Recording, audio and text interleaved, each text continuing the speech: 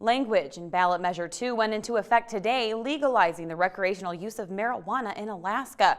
Governor Bill Walker yesterday introduced legislation to create a marijuana control board, which if passed will allow the board to regulate marijuana much like alcohol.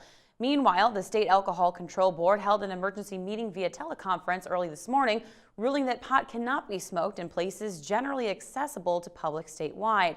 While the state now has 9 months to craft retail and other regulatory measures, consuming cannabis privately is now perfectly legal. For more on that, we turn to Jamie Schwartzwald.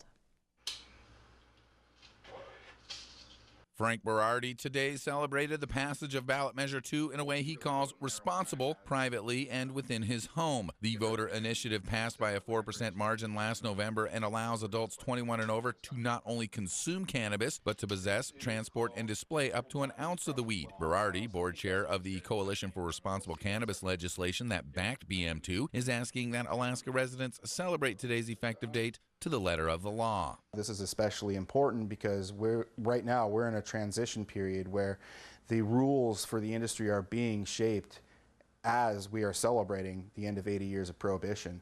So really, people setting an example of who cannabis consumers are is going to guide the process over the next 9 months. Berardi was in attendance at last night's Fairbanks City Council meeting. He spoke in favor of a proposed ordinance to define public places and ban the ingestion of cannabis in such areas. The body voted unanimously to approve the ordinance that includes a $100 civic fine payable to the city for those caught ingesting pot in public within Fairbanks city limits. Councilman David Pruse, who sponsored the ordinance, called it a starting point. What we're going to have to do later, talking with people, is probably codify a disturbing the peace if we pass this initiative or this ordinance, as is, because you're going to have people who might be blowing smoke into a neighbor's yard.